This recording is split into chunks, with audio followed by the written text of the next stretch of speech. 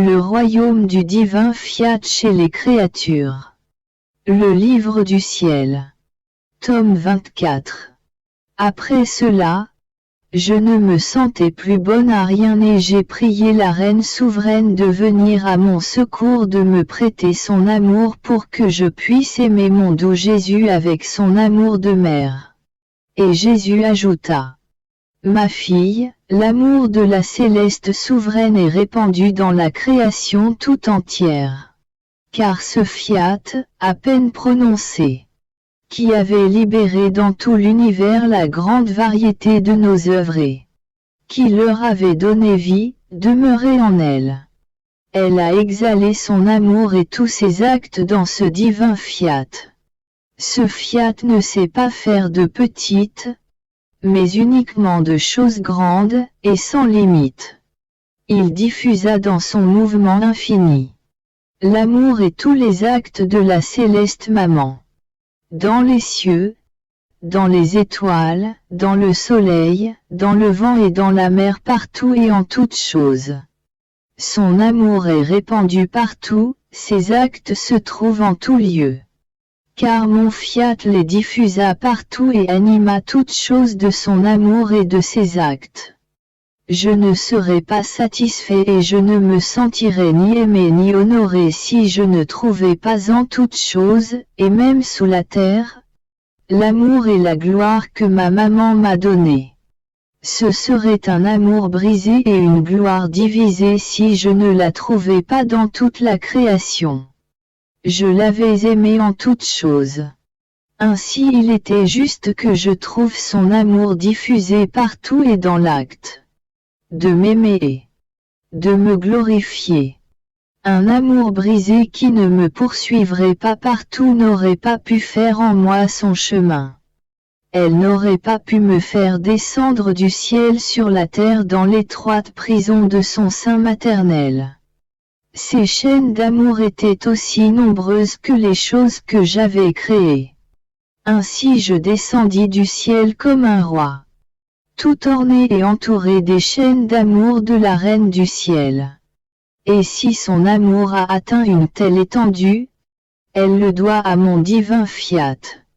Ce fiat régna en elle en souverain. Il a capturé son amour dans ma volonté pour le répandre partout. Tous ces actes ont reçu l'ombre des actes divins. Par conséquent, si tu veux l'amour de la maman reine, laisse mon fiat régner en toi. Diffuse en lui ton amour et ton être tout entier afin que mon fiat, capturant ton petit amour et tout ce que tu fais, puisse l'étendre. Et afin que, en l'apportant là où il est présent, c'est-à-dire partout, mon fiat puisse trouver ton amour uni à l'amour de ma maman. De cette façon, tu me donneras la satisfaction que la petite fille de ma volonté ne me donne pas un amour brisé et divisé, mais me donne un amour en toutes choses et en tout lieu. Après quoi, je me disais, mais quel mal la créature peut-elle faire quand elle fait sa volonté? Jésus ajouta, ma fille, ce mal est grand. Ma volonté est lumière, alors que la volonté humaine est ténèbres. Ma volonté est sainteté, alors que la volonté humaine est péché. Ma volonté est beauté et contient tous les biens, alors que la volonté humaine est laideur et contient tous les maux. Par conséquent, en ne faisant pas ma volonté, l'âme fait mourir la lumière et donne la mort à la sainteté, à la beauté et à tous les biens. En faisant sa volonté, elle fait surgir les ténèbres et elle donne vie au péché, à la laideur et à tous les maux. Pourtant, faire sa propre volonté ne semble rien aux créatures. Mais elle se creuse elle-même un abysse de maux qui les conduit au précipice. Or, cela te semble-t-il de peu d'importance qu'alors que ma volonté leur apporte sa lumière, sa sainteté, sa beauté et tous ses biens, et uniquement parce qu'elle aime ses créatures, Elle reçoit l'affront de voir sa lumière, sa sainteté, sa beauté et tous ses biens mourir en elle. Mon humanité a tant ressenti cette mort que la volonté humaine a donné à la lumière et à la sainteté de sa volonté dans les créatures, qu'on peut dire que ce fut la vraie mort qu'elle ressentit. Car elle éprouvait le tourment et le poids de la mort d'une lumière et d'une sainteté infinie que les créatures avaient osé détruire en elles-mêmes. Et mon humanité gémissait et se sentait écrasée par autant de morts que les créatures avaient osé donner la mort à la lumière et à la sainteté de ma divine volonté en elle. Quel mal ne serait-il pas fait à la nature si elle faisait mourir la lumière du soleil, le vent qui purifiait, l'air qu'elle respire? Le désordre serait si grand que toutes les créatures en mourraient. Pourtant, la lumière de ma volonté est plus qu'un soleil pour les âmes, plus que le vent qui purifie, plus que l'air qui forme leur respiration. Par le désordre causé si elle pouvait faire mourir la lumière du soleil, le vent et l'air. Tu peux comprendre le mal que produit le fait de ne pas faire mon adorable volonté. Elle est l'acte de vie primordial et le centre de toutes les créatures. Je faisais ma ronde dans le divin fiat. Selon mon habitude, j'investissais toute la création de mon refrain. Je t'aime, je t'adore, je te bénis. En faisant cela, je me disais, qu'est-ce que je donne à mon Dieu avec tous ces je t'aime? Mon doux Jésus se manifesta alors en moi et il me dit, ma fille, un amour pur, saint et droit est une naissance divine. Il vient de Dieu et il a la vertu de s'élever et d'entrer en Dieu, de multiplier ses naissances et d'apporter Dieu lui-même à toutes les créatures qui aspirent à l'aimer. Par conséquent, lorsque l'âme est investie par cet amour et reçoit cette naissance, elle peut former d'autres naissances autant de fois qu'elle dit son « je t'aime ». Son « je t'aime » vole vers Dieu. L'être suprême regarde dans ce « je t'aime » de la créature. Il se voit lui-même tout entier dans ce petit « je t'aime ». Dieu sent que c'est lui tout entier qui lui est donné par la créature. Ce petit « je t'aime » contient un prodigieux secret. Dans sa petitesse il contient l'infini, l'immensité, la puissance. Il peut dire « je donne Dieu à Dieu ». Dans ce petit « je t'aime » de la créature, l'être infini sent que toutes ses divines qualités sont doucement caressées. Cette naissance est de lui. Ainsi il se trouve en elle tout entier. Voilà ce que tu me donnes avec tes « je t'aime ». Tu me donnes chaque fois à moi-même. Tu ne pourrais rien faire de plus grand, de plus beau ni de plus agréable que de me donner tout entier à moi-même. Mon fiat, qui forme pour moi la vie de ton « je t'aime » en toi, fait ses délices en formant de nous ces nombreuses naissances. Il garde ainsi le rythme des « je t'aime » en toi, avec l'ardent désir de toujours frapper cette monnaie divine de tes « je t'aime » pour chaque chose créée.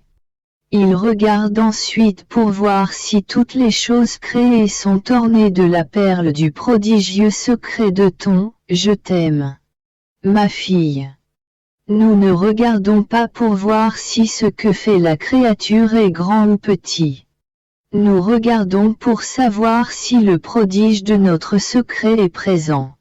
Si ses actes, ses pensées et ses soupirs les plus minuscules sont investis de la puissance de notre volonté. Tout est là, et c'est tout pour nous. Après quoi je continuai ma ronde dans le fiat. pour accompagner tout ce que Jésus avait fait dans la rédemption. Je me disais, comme je voudrais avoir fait tout ce que la souveraine maman a fait lorsqu'elle était avec Jésus. Elle a certainement suivi tous ses actes et n'en a laissé aucun lui échapper. Je pensais à cela et à d'autres choses lorsque mon toujours aimable Jésus ajouta.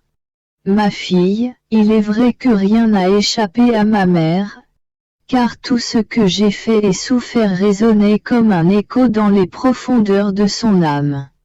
Elle était si attentive dans l'attente de l'écho de mes actes que cet écho, avec tout ce que j'ai fait et souffert, demeurait imprimé en elle. Et la reine souveraine émettait son écho dans le mien.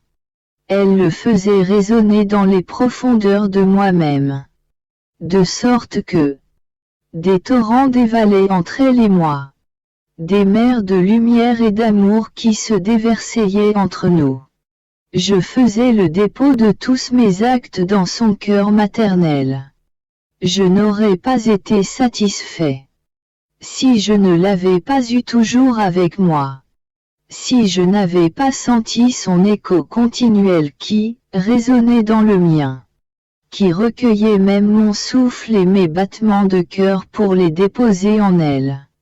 De la même manière, je ne serais pas satisfait si, de temps en temps, je ne t'avais pas, toi, pour suivre tous mes actes dans la divine volonté. En fait, j'ai fait mon dépôt en toi, j'ai déplacé l'écho de ma maman dans les profondeurs de ton âme. Et à travers les siècles, j'ai regardé l'écho de ma maman en toi afin de réaliser le royaume de ma divine volonté. C'est pourquoi tu te sens poussé à suivre tous mes actes. C'est son écho maternel qui résonne en toi. Je saisis l'occasion pour faire son dépôt dans la profondeur de ton être, pour te donner la grâce de laisser régner en toi mon éternel fiat. Je sentis ensuite mon pauvre esprit comme immergé dans la mer du divin fiat. Sa lumière m'investissait tout entière et je ne pouvais distinguer ni la hauteur ni la profondeur de ses limites. Je la sentais couler en moi plus que la vie. Mon bien-aimé Jésus se manifesta en moi et il me dit, ma fille, ma volonté est la vie, l'air et la respiration des créatures. Elle n'est pas comme les autres vertus, qui ne sont ni la vie ni la respiration continuelle des créatures, et qui par conséquent ne s'exercent que selon le temps et les circonstances. La patience ne s'exerce pas toujours, parce que souvent il n'y a personne pour vous permettre de l'exercer. Et la vertu de patience reste donc oisive sans donner sa vie continuelle à la créature. L'obéissance et la charité ne forment pas non plus leur vie. Parce que celui qui a l'acte continuel de commander, ou parce que celui sur qui la charité pourrait s'exercer peut ne pas être présent. Par conséquent, les vertus peuvent constituer l'ornement de l'âme, mais non la vie. Par contre, ma volonté est l'acte primordial de tous les actes de la créature. Ainsi, soit qu'elle pense, parle ou respire, c'est ma volonté qui forme la pensée et la parole. Et en lui donnant le souffle, elle maintient la circulation, les battements du cœur et la chaleur. Personne ne peut vivre sans respirer. Et personne ne peut vivre sans ma divine volonté. Elle est toujours nécessaire pour continuer à vivre. Pourtant, alors que tous reçoivent son souffle continuel, elle n'est pas reconnue.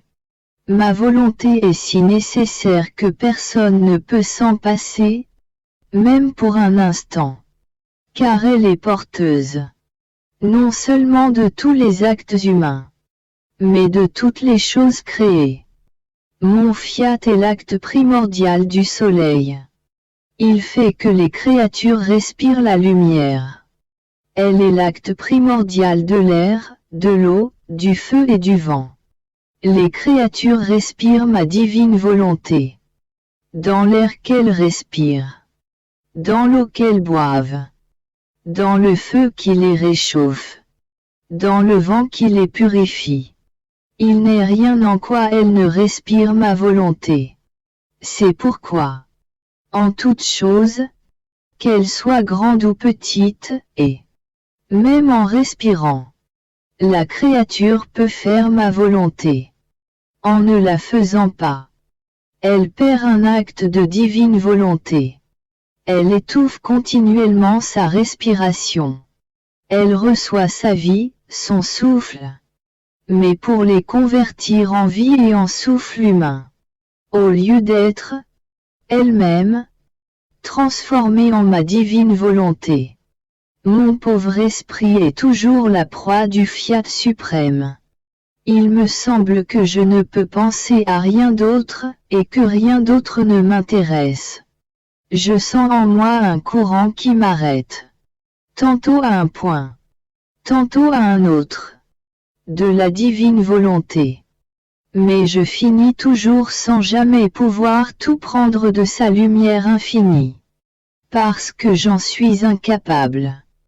Mon aimable Jésus se manifesta en moi pour me faire une surprise et il me dit: Ma fille, lorsque l'âme pratique une vertu, le premier acte qu'elle pratique forme la semence, et en pratiquant le second, le troisième et ainsi de suite, elle cultive la semence, l'arrose. Et la semence devient une plante qui produit ses fruits. Si l'âme ne pratique cette vertu qu'une seule fois, ou un petit nombre de fois, la semence n'est ni arrosée ni cultivée, elle meurt. Et l'âme reste sans plante et sans fruit. Car une vertu n'est jamais formée par un acte seul, mais par des actes répétés. Cela se passe comme sur la terre. Il ne suffit pas de s'aimer la graine en terre. Il faut la cultiver souvent et l'arroser si l'on veut avoir la plante et les fruits de cette semence. Sinon la terre durcit et la recouvre sans lui donner la vie. Celui qui veut acquérir une vertu comme celle de patience, d'obéissance, ou autre, doit s'aimer la première semence, pour ensuite l'arroser et la cultiver avec d'autres actes. De cette façon, l'âme formera un grand nombre de plantes belles et diverses. Par contre, ma volonté n'est pas une semence comme les vertus. Elle est la vie. À mesure que l'âme commence à être résignée, à voir ma volonté en toutes choses et à vivre en elle, la petite vie divine se forme en elle. En progressant dans la pratique de la vie dans ma volonté, cette vie divine continue à croître et à s'étendre, au point de remplir toute l'âme de cette vie. De telle sorte qu'il ne reste plus d'elle qu'un voile qui la recouvre et la cache en elle-même. Et il en est de ma volonté comme de ses vertus. Si la créature ne donne pas l'aliment naturel de ses actes à la vie divine qui est en elle, cette vie ne grandit pas et ne la remplit pas entièrement. C'est ce qui arrive à un nouveau-né, qui n'est pas nourri après sa naissance et qui meurt.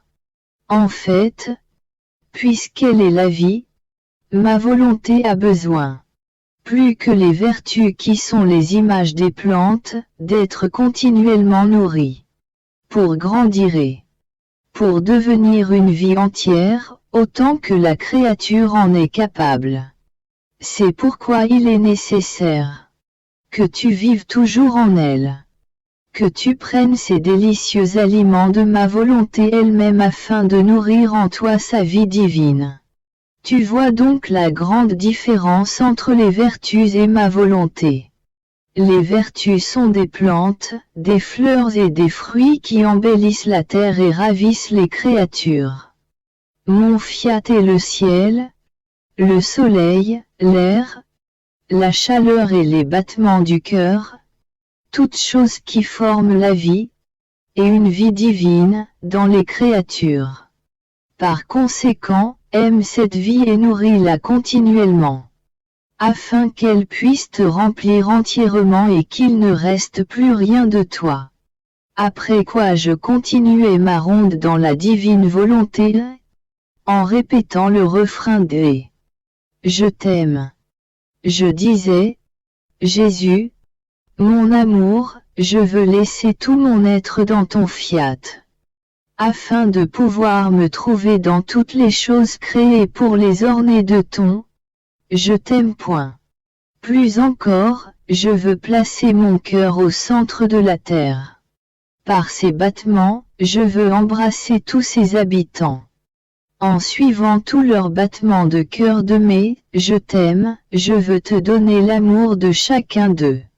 Et avec mes battements de cœur répétés au centre de la terre, je veux placer mon « Je t'aime » dans toutes les semences que la terre contient en son sein. À mesure que les semences germent et que les plantes, les herbes et les fleurs se forment, je veux placer en elles mes « Je t'aime », afin que je puisse les voir enfermés dans mes « Je t'aime » pour Jésus. Alors que je disais cela, ma pensée interrompit le refrain de mon « Je t'aime », je me disais. Quelle bêtise tu es en train de dire. Jésus lui-même doit être fatigué de t'entendre psalmodier « Je t'aime.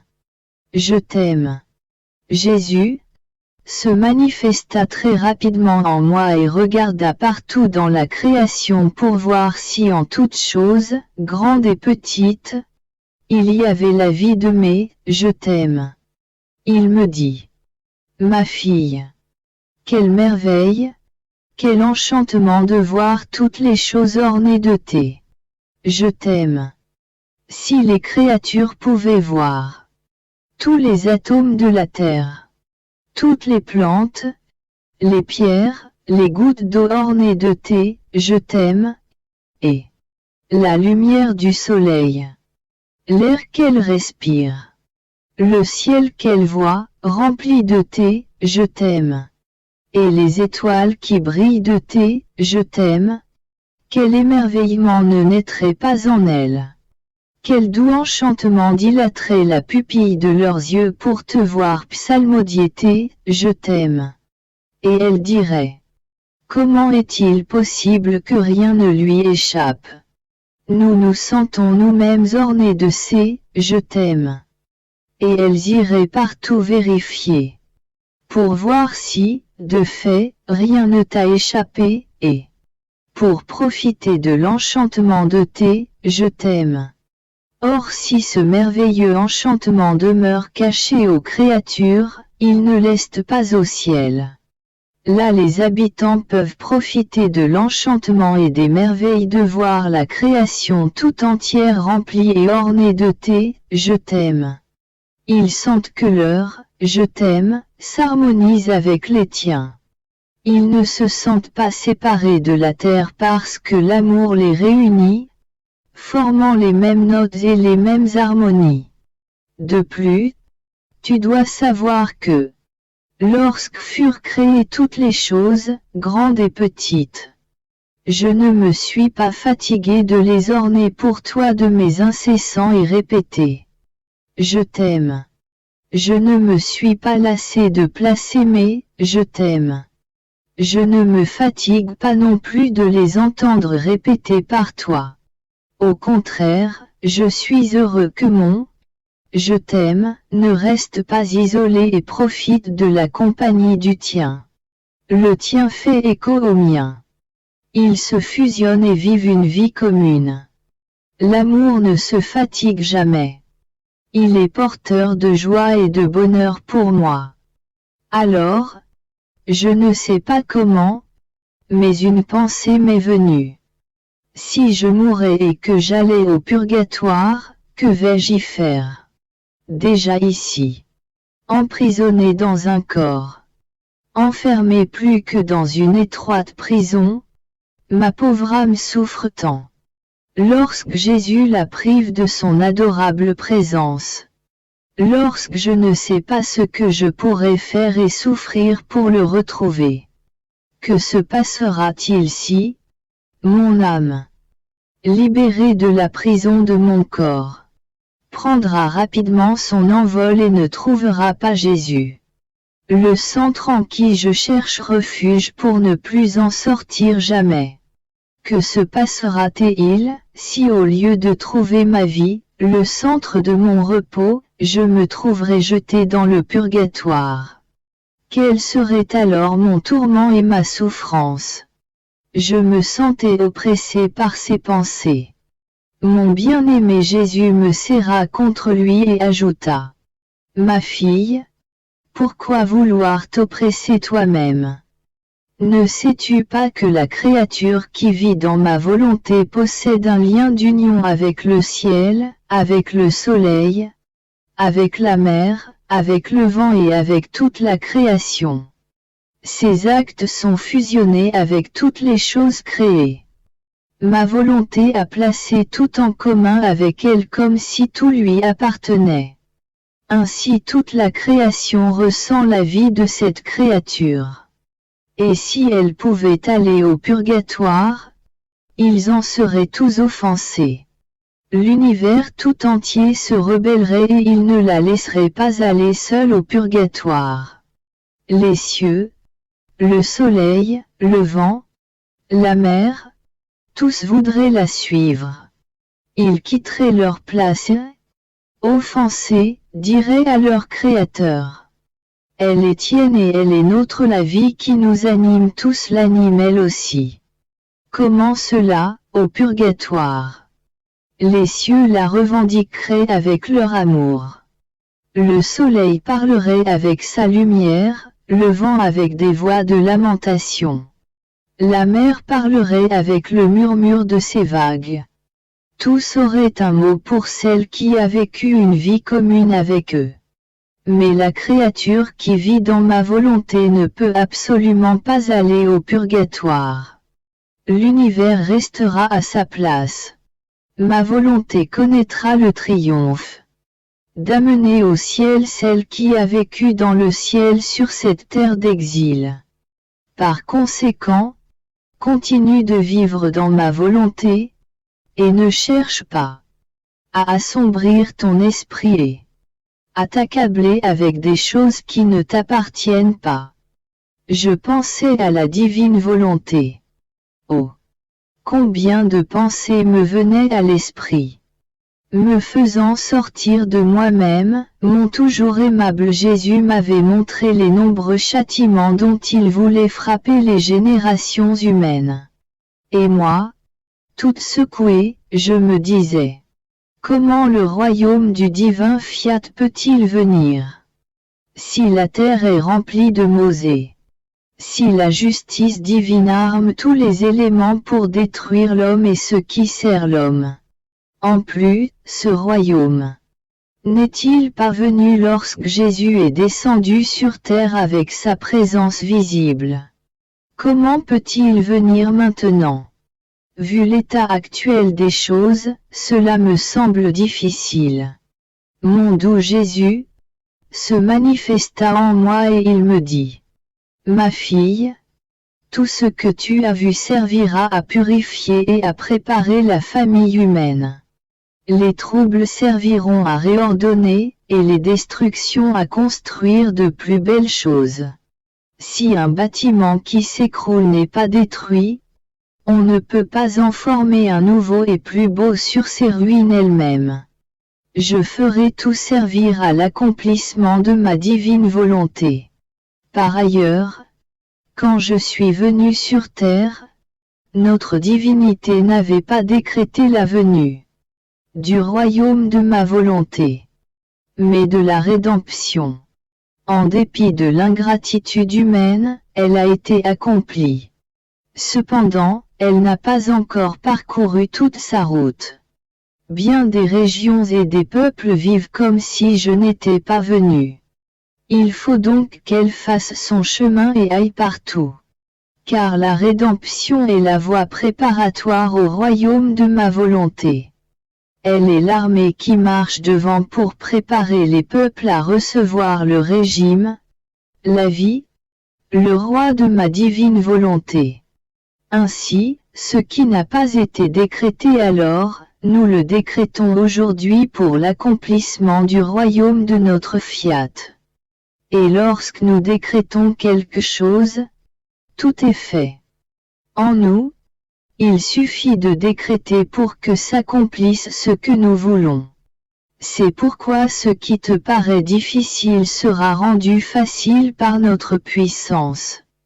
Elle agira comme ces vents impétueux après de longs jours d'épais nuages de pluie. La puissance du vent dispersera les nuages, cassera la pluie, fera revenir le beau temps et le soleil embrassera la terre. De la même manière, et mieux qu'un vent dominant, notre puissance cassera les ténèbres de la volonté humaine et fera réapparaître le soleil de mon éternelle volonté pour embrasser les créatures. Toutes les vérités que je t'ai manifestées sur elles ne sont que la confirmation de ce que nous avons décrété. Si le royaume de mon divin fiat et le temps de son accomplissement qui vient n'avaient pas été décrétés par la divinité, il n'y aurait eu ni besoin, ni raison, ni nécessité de te choisir, de t'imposer ce sacrifice durant tant d'années et de te confier, comme à sa petite fille, les connaissances sur lui-même, ses admirables vérités, ses secrets, ses souffrances cachées. De plus, la divinité a agi avec toi d'une manière toute paternelle et maternelle afin de s'aimer en toi la semence de filiation divine, pour que tu prennes à cœur ses intérêts plus que s'il était les tiens. Cela indique la réalité de ce qui a été décrété par nous, au point de choisir le sujet, d'utiliser les moyens et de donner les enseignements en vue, de descendre dans la famille humaine et d'établir en son sein ce qui a été décrété au ciel. Si le royaume de ma volonté n'avait pas été décrété, je ne t'en aurais pas parlé autant et je ne t'aurais pas non plus choisi d'une manière toute spéciale pour ce dessein. S'il n'en était pas ainsi, ma parole aurait été sans vie et sans fruit, et sans vertu génératrice et fécondante. Ceci est impossible. Ma parole possède la vertu de générer et de former, par sa fécondité, sa descendance de vies infinies. C'est ce qui s'est produit dans la rédemption, parce qu'elle avait été décrétée par nous au ciel. Une vierge fut créée qui devait être la mère du Verbe éternel. Si la rédemption n'avait pas été décrétée, il n'y aurait eu aucune raison ni nécessité de créer cette Vierge, pleinement unique et spéciale, de donner tant de manifestations aux prophètes, qui ont parlé en détail de la vie du Verbe dans son humanité, qui ont décrit de manière si vivante ses souffrances comme s'il était là présent devant eux. C'est pourquoi, lorsque notre divine bonté daigne choisir et se manifester elle-même, c'est le signe certain et le commencement de l'accomplissement de ses œuvres, telles que décrétées. Sois attentive et laisse faire ton Jésus en toutes choses, car il ne me manque ni les moyens ni la puissance pour faire ce que je veux, et pour accomplir ce que j'ai décrété. Comme d'habitude, je suis immergé dans ce divin fiat. Plus que le soleil, brille dans ma pauvre âme. Mon toujours aimable Jésus se manifesta en moi. Il me dit: Ma fille, mon amour envers les enfants de ma volonté sera si grand que je ne permettrai pas qu'ils touchent la terre. Astérisque, je mettrai mes pas sous leurs pieds afin que s'ils marchent, ils puissent toucher mes pas et non la terre de telle sorte qu'ils sentiront en eux la vie de mes pas, qui communiquera la vie des pas de la divine volonté à ceux des enfants de ma volonté. Astérisque s'ils travaillent, ils sentiront le toucher de mes œuvres. Ceux-ci, l'une après l'autre, communiqueront à leurs travaux la vertu de ma volonté. Astérisque s'ils parlent, s'ils pensent, ils sentiront la vie de mes paroles et de mes pensées qui, en les investissant, communiquera à leur esprit et à leurs paroles la vertu de mon fiat. Je serai ainsi moi-même le porteur des enfants de ma volonté. Astérisque je veillerai jalousement à ce qu'ils ne touchent à rien, qu'ils ne participent à rien, et à ce qu'ils puissent sentir ma vie couler continuellement en eux, formant dans leur vie celle de la volonté éternelle. Astérisque qu'ils seront par conséquent les plus belles œuvres de mes mains créatrices. Oh! Comme l'œuvre de la création se réfléchira en eux. Ils seront le triomphe de ma rédemption, tout triomphera en eux. C'est alors que je pourrai dire: mes œuvres sont complètes. Je prendrai mon repos parmi les enfants de mon fiat suprême. Après ce qui a été écrit ces derniers jours, mon esprit était encore harcelé par la crainte et le doute, ce n'était pas mon bienheureux Jésus qui m'avait dit toutes ces choses, c'était plutôt le fruit de mon imagination. Et je me disais: si ce n'était pas Jésus qui me parlait, ces écrits seront sans vie. Parce que c'est uniquement lorsque Jésus parle que la vie court dans sa parole. Et lorsque j'écris, la vie des vérités que Jésus m'a dites demeure en elle de sorte que ceux qui les liront sentiront la vertu communicative de la vie infusée en elle, et ils se sentiront transformés en la vie même de la vérité qu'ils liront. Mais si ce n'est pas Jésus, ces écrits seront sans vie, vides de lumière et de bien. Alors, pourquoi faire le sacrifice de les écrire? Je pensais à cela lorsque mon doux Jésus sortit de moi. Plaçant sa tête près de la mienne avec un air de tristesse, il me dit: ma fille, tu mets de l'amertume dans ma fête. En fait, lorsque je manifeste une vérité, je le fais parce que je veux fêter avec la créature. Mais si elle n'a pas pleine confiance en moi et commence à douter, la fête est interrompue et se transforme en amertume. J'agis comme celui qui a un ami intime, aimant beaucoup cet ami. Il veut déverser dans le cœur de son ami tout ce que contient le sien. En lui confiant ses secrets et ses joies cachées, il lui révèle tout ce qu'il possède. Mais l'ami qui l'écoute montre qu'il ne le croit pas, et il doute de ce que lui dit son ami. Il remplit son ami d'amertume et tourne son effusion en tristesse. Alors, dans sa peine, il regrette presque ses confidences. Avec chagrin, il se retire. Par contre, s'il le croit, non seulement cet ami ne le remplit d'amertume, mais il participe à ses biens. C'est ensemble qu'ils célèbrent les joies que son ami possède et leur amitié est liée d'un double lien d'amour. Je suis comme cela et plus encore qu'un ami. J'aime tant celle que j'ai choisie comme ma petite secrétaire que je veux vider mon cœur et lui confier mes secrets, mes joies, mes chagrins cachés, mes vérités surprenantes, pour fêter avec elle et lui communiquer autant de vie divine que je lui manifeste de vérité. Si je vois qu'elle me croit, je me réjouis et Je sors en fêtant les joies et le bonheur d'une vie divine qui possède l'infinité de tous les biens. Et l'âme est comblée et faite avec moi. Mais si je la vois hésitante, je suis dans l'amertume, et elle reste privée de la vie que je voulais lui confier. Tu répètes souvent ces scènes de méfiance envers moi.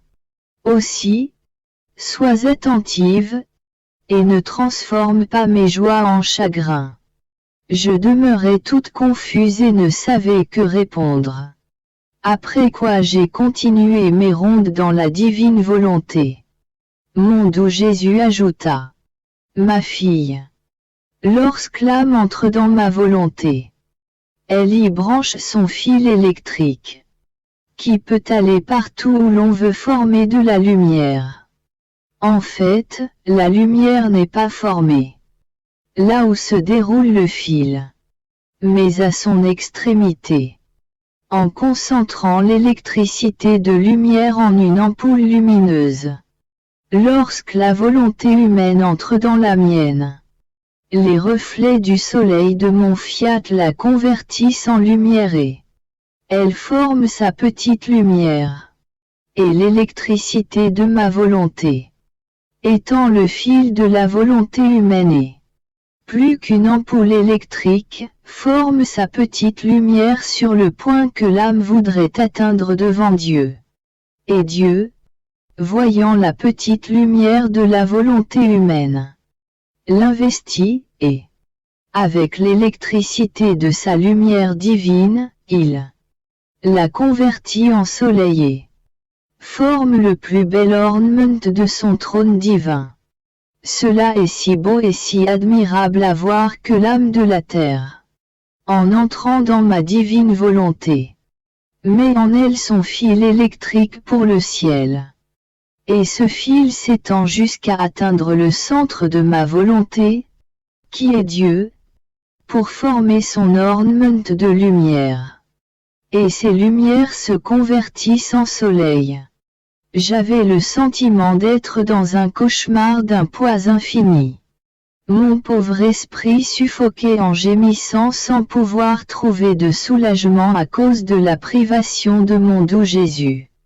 Et alors que je me sentais consumé par la terrible souffrance d'être privé de ma vie et de mon tout, cette souffrance même, me rendant intrépide, détruisait en moi la vie de la douleur. Et si je me trouvais immergé dans la souffrance, incapable de m'exprimer, c'était cependant une souffrance sans douleur, un chagrin sans peine dans mon amertume, je me disais. Pourquoi suis-je incapable d'avoir de la peine? Je sens en moi une souffrance infinie, aussi infinie que celui qui m'a quitté. Pourtant, lorsque j'essaie de pénétrer dans une souffrance si juste et si sainte la privation de mon Jésus, je reste sans la vie de la souffrance. Mon Jésus, aie pitié de moi, ne me laisse pas dans un si triste état. Je pensais à cela lorsque mon aimable Jésus se manifestait en moi.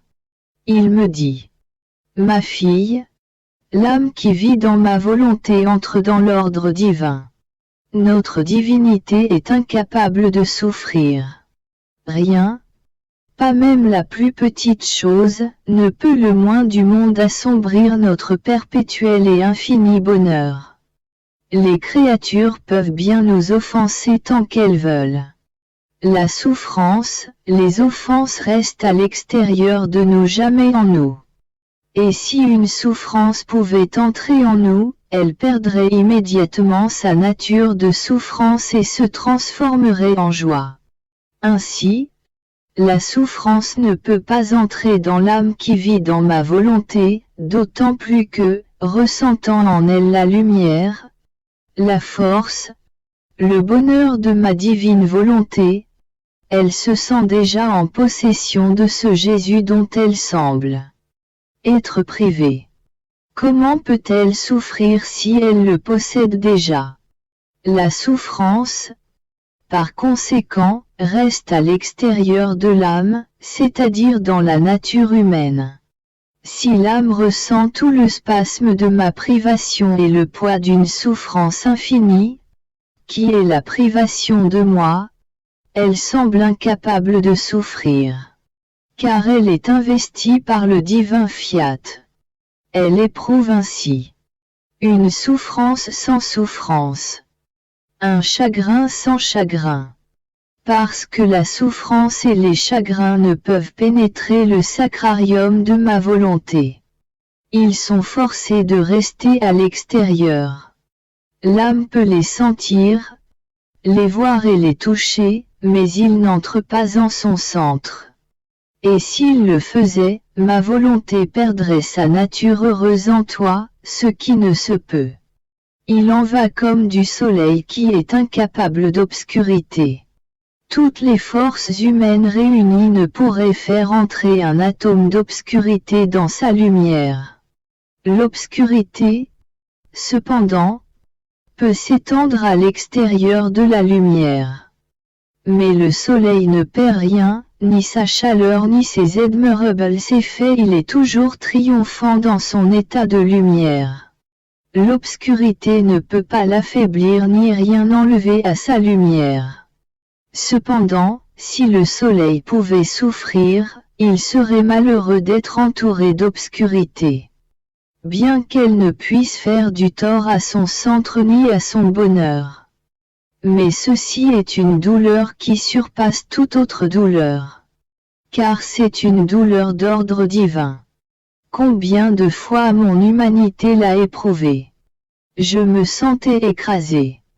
Toutes les douleurs pesaient sur moi.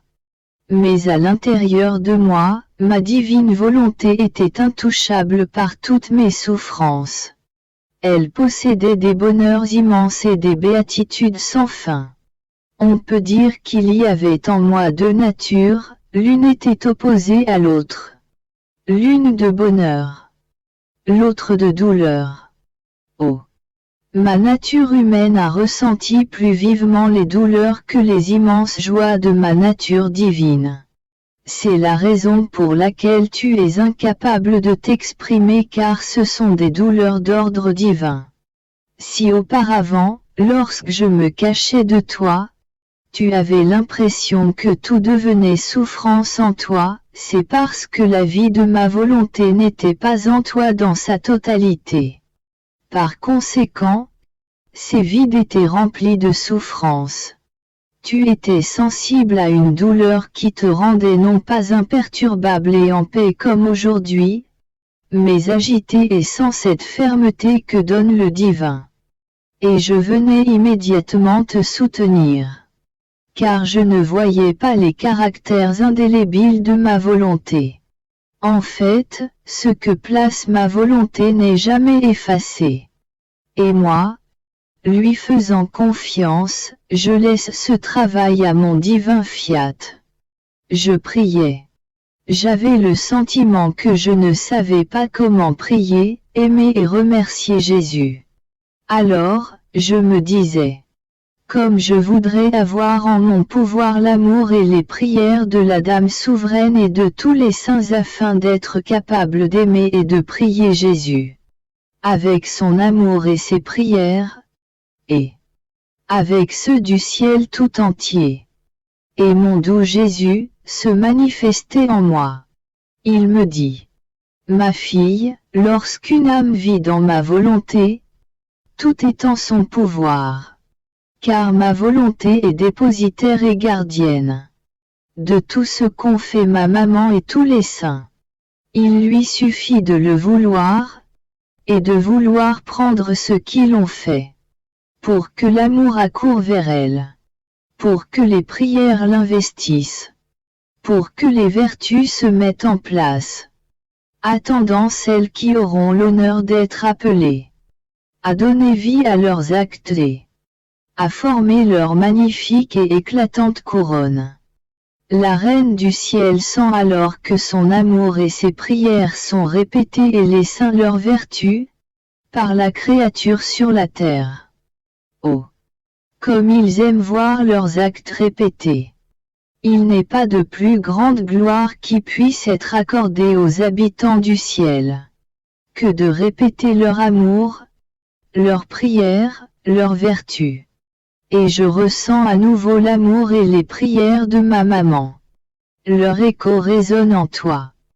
En le répétant, tu le répercutes dans le ciel, tous reconnaissent leurs actes dans tes actes. Ne te sentirais-tu pas honoré si quelqu'un répétait tes actes et modelait ses œuvres sur les tiennes? Avec quel amour ne le regarderais-tu pas? Si tu savais combien je suis heureux de t'entendre dire. Je veux m'unir aux pensées de Jésus, à ses paroles, à ses œuvres et à ses pas. Pour me placer moi-même dans ses pensées, ses paroles, etc. Sur chaque pensée, parole, œuvre et pas des créatures afin de répéter avec lui, pour toutes et pour chacune. Ce que Jésus a fait avec ses pensées, ses paroles, et tout ce qu'il a fait d'autre. Il n'est rien que tu aies fait que je ne veuille faire moi aussi, afin de répéter l'amour et tout le bien que Jésus a fait. Je me sens alors moi-même sur la terre. Je sens mes actes répétés par toi. J'attends la répétition de mes actes avec tant d'amour que je deviens moi-même acteur et spectateur en toi, pour m'en réjouir et recevoir la gloire de ma propre vie. C'est pourquoi la créature qui vit et opère dans ma volonté est reconnue par le ciel tout entier comme porteuse de joie divine pour tout le ciel. Et en gardant ouvert le ciel, elle fait descendre sur terre et sur toutes les créatures la rosée céleste de grâce, de lumière et d'amour. Je m'inquiétais à propos d'une circulaire que j'avais reçue de la maison de la divine volonté, cette maison que le vénérable père Di Francia désirait tant, qu'il attendait avec impatience et qu'il n'a pas eu la consolation de voir terminée et ouverte selon son désir.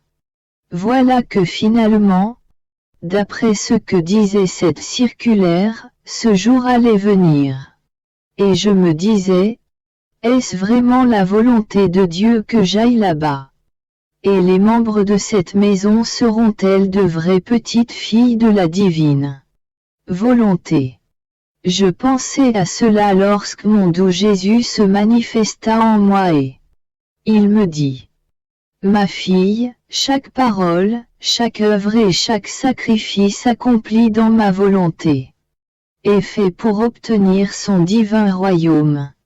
De nombreux messagers sont envoyés vers la patrie céleste porter la divine circulaire et la faire circuler parmi les saints, les anges, la reine souveraine et le Créateur lui-même, pour assigner à chacun la tâche de préparer les différentes choses nécessaires pour un royaume si saint, afin que tout puisse être fait avec bienséance, comme il se doit, et avec une divine noblesse.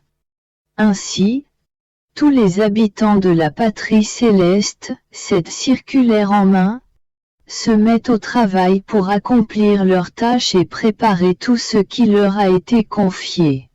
Cette circulaire sur la terre fait écho à la circulaire céleste. Et le ciel et la terre se mettent en branle avec comme unique objet le royaume de ma divine volonté. La terre, pour tout ce qui concerne l'ordre naturel. La cour céleste, pour tout ce qui relève de l'ordre surnaturel. On dirait que le ciel et la terre marchent main dans la main et rivalisent entre eux pour voir qui mettra plus de hâte à préparer un royaume si saint. Si tu connaissais la valeur d'un acte accompli dans ma volonté. Si tu savais comment il peut remuer ciel et terre. Comment il peut se frayer partout un chemin. Il se met en communication avec tout le monde et obtient tout ce qui n'a pu être obtenu par tous les autres actes ensemble, et cela depuis des siècles. Ces actes ne sont pas un seul soleil, mais autant de soleils que d'actes accomplis. Et ils forment le jour radieux et éclatant du royaume de ma volonté sur la terre. Les actes accomplis dans ma volonté sont des aiguillons pour l'être suprême. Ce sont des aimants qui l'attirent. Ce sont de douces chaînes qui le lient. Ce sont des ravissements dans lesquels la créature a le pouvoir de former l'extase de son Créateur.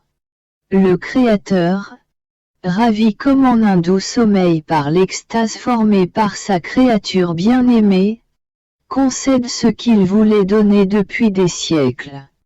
Mais il n'avait pas pu trouver celui qui le faisait tomber en extase par son propre divin pouvoir et pourrait être le vainqueur du royaume de sa divine volonté. Lorsque la créature agit dans mon fiat et forme son acte, Dieu se sent ravi. Dans sa douce somnolence, il se sent désarmé et conquis, et la créature devient le vainqueur de son Créateur. Ces préparatifs sont semblables à ceux d'un marié qui prépare la maison, la chambre nuptiale et tous les objets nécessaires afin que rien ne manque. Puis il passe à la tenue de cérémonie pour le mariage et les invitations sont envoyées. Tout cela décide le marié à faire ce que lui-même voulait. Mais si rien n'est préparé, le marié ne se décide jamais.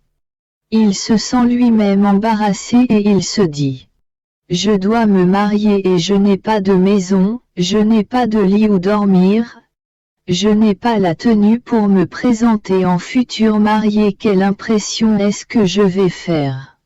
Et nécessairement, il abandonne toute idée de devenir un époux. De la même manière, ces préparatifs, les actes accomplis dans ma volonté, les circulaires, sont des aiguillons qui poussent ma volonté à venir régner parmi les créatures. Mes connaissances sont comme le futur marié qui vient pour épouser les créatures avec des liens nouveaux, tout comme elles sont sorties de nos mains créatrices. Après quoi je me sentais fatigué, épuisé par les privations de mon doux Jésus. Je sentais que ma pauvre petite âme ne pouvait plus tenir sans celui en qui j'avais concentré tous mes espoirs et toute ma vie. Sans lui, tout ce que je faisais et qui m'avait été enseigné par Jésus me semblait être un jeu, des prières sorties de l'imagination et non à la gloire de Dieu. Et je ressentais si peu d'ardeur en faisant mes rondes que je pouvais à peine continuer. Mais alors que, épuisé, je poursuivais mes rondes, je sentis Jésus qui me soutenait et me poussait dans le dos en disant « Ma fille, continue, tu ne dois pas vouloir arrêter. Tu dois savoir que tout a été déterminé par l'être suprême, les prières, les actes, les souffrances, les soupirs qui doivent être ceux de la créature pour qu'elle obtienne ce que nous-mêmes voulons lui donner, et qu'elle désire tant recevoir. Et si tout cela n'est pas accompli, le soleil tant désiré ne se lève pas en nous pour briller au milieu de la longue nuit de la volonté humaine et former le jour du royaume du divin fiat. C'est pourquoi il arrive souvent que bien des actes et des prières soient faits sans que rien ne soit obtenu. Mais alors, à cause d'un autre petit soupir et d'une prière, on obtient ce qu'on attendait depuis si longtemps. Était-ce peut-être ce dernier acte qui a obtenu la grâce? Ah, non. C'était la continuation de tous les actes de prière. Et si l'on voit que c'est par ce dernier acte qu'on obtient, c'est parce que cet acte était nécessaire pour compléter le nombre établi par nous. Par conséquent, si tu veux recevoir le royaume de la divine volonté, n'arrête pas. Sinon, faute de cette longue chaîne d'actes qui va jusqu'au trône de Dieu, tu n'obtiendras pas ce que tu veux et que nous voulons aussi te donner. Les actes sont comme les heures qui forment le jour et la nuit, certaines heures forment le soir, d'autres la nuit profonde, d'autres l'aube, d'autres le lever du soleil et d'autres le plein jour. Et s'il est minuit, c'est en vain que tu attendrais de voir le jour se lever. Il faut au moins que vienne l'aube pour appeler le jour qui s'approche, pour pouvoir admirer la majesté du soleil, qui disperse les ténèbres par son empire de lumière. Mettant fin à la nuit, il orne toute la nature et la fait se lever à nouveau dans sa lumière et sa chaleur, façonnant toutes choses de ses bienfaisants effets. Serait-ce peut-être l'aube qui aurait tout l'honneur de faire se lever le soleil? Ah, non. L'aube a été la dernière heure, mais si elle n'avait pas été précédée par les autres heures, l'aube n'aurait jamais pu dire « Je suis celle qui appelle le jour ». Tels sont les actes et les prières pour obtenir le lever du jour du royaume de ma divine volonté. Tous ces actes sont de nombreuses heures. Et chaque acte a sa place d'honneur. C'est la main dans la main qu'il appelle le soleil radieux de ma divine volonté. L'acte final peut être comme l'aube. S'il n'est pas accompli, l'aube est absente. Et il est inutile d'espérer que son jour de lumière puisse se lever bientôt sur la terre, un jour qui façonnera et réchauffera toutes choses. Et plus qu'un soleil, il fera sentir ses effets bienfaisants et son régime divin, un régime de lumière, d'amour et de sainteté. La même chose s'est produite dans la rédemption. La rédemption n'est pas venue avant bien des siècles parce que les patriarches et les prophètes se trouvaient par leurs actes dans les heures de la nuit. C'est de loin qu'il attendait le jour. Lorsque la Vierge Reine est venue, elle a formé l'aube. Embrassant toutes ensemble les heures de la nuit, elle a fait apparaître sur la terre le jour du Verbe. Et la rédemption a été accomplie. Par conséquent, n'arrête pas. La série des actes est si nécessaire. Si tous ne sont pas accomplis, il y a risque que le bien désiré ne soit pas obtenu. Je continue ce qui est écrit ci-dessus. Je m'inquiétais concernant tout ce qui concerne le royaume de la volonté de Dieu. Mon toujours aimable Jésus ajouta. Ma fille, Dieu est ordre. Lorsqu'il veut accorder un bien aux créatures, il établit toujours son ordre divin. Tout ce qui est fait pour obtenir un si grand bien commence par Dieu. Puisqu'il se place lui-même en tête pour prendre l'engagement. Et il ordonne ensuite les créatures dans le même but. C'est ce que j'ai fait moi-même pour accorder la rédemption afin que les créatures puissent la recevoir. En formant le Notre Père, je me suis mis placé à sa tête et j'ai pris l'engagement de former ce royaume. En l'enseignant à mes apôtres, j'ai disposé l'ordre dans les créatures afin qu'elles puissent obtenir un bien si grand. C'est ainsi que prie l'Église tout entière. Il n'est pas une âme qui lui appartienne et qui ne récite pas le Notre Père.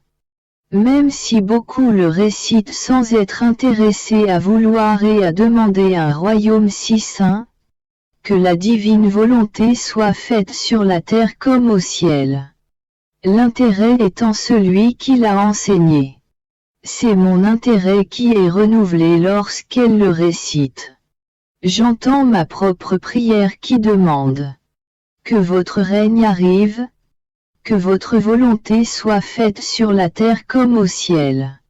Si la créature, en récitant le Notre Père, avait cet intérêt de vouloir et de désirer ardemment mon royaume, sa volonté serait fusionnée avec la mienne dans le même but. Toutefois, ma volonté et mon intérêt demeurent toujours en chaque Notre Père. Vois quel est l'ordre divin. Toutes demandent une même chose. Parmi celles qui demandent, il y a celles qui veulent faire ma volonté, et celles qui la font. Tout cela est entrelacé, et les créatures frappent à la porte de ma volonté. Elles continuent à frapper, certaines avec force, d'autres plus doucement. Cependant, il y a toujours quelqu'un qui frappe pour demander que les portes soient ouvertes afin que ma volonté puisse descendre et régner sur la terre. Et comme tout est établi et ordonné par la divinité, elle attend celle qui doit donner le plus grand coup qui forcera les portes d'une force invincible.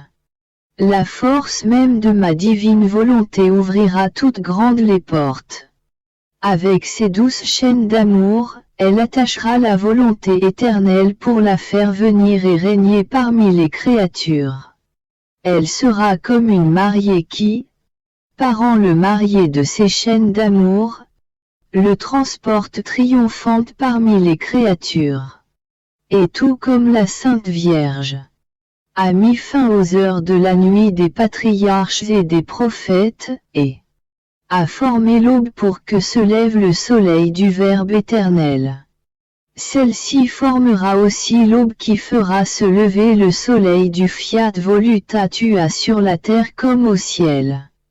Penses-tu que ma volonté qui s'est fait connaître avec tant d'amour et a manifesté tant d'intérêt à vouloir venir régner sur la terre, te faisant partager sa tristesse, a fait cela sans que personne n'ait prié? Ah, non, non. On a continuellement frappé à la porte de mon église et c'est moi-même qui frappais dans ses coups. Mais je m'en servais pour frapper à la porte du divin Fiat. Le divin Fiat était fatigué d'entendre frapper à ses portes divines. Il s'est servi de toi pour cogner plus fort. T'ouvrant les portes, il t'a fait partager ses connaissances. Car les vérités qu'il t'a fait connaître sont autant de moyens qu'il t'a donnés pour former les chaînes d'amour avec lesquelles on peut l'attacher pour venir régner sur la terre.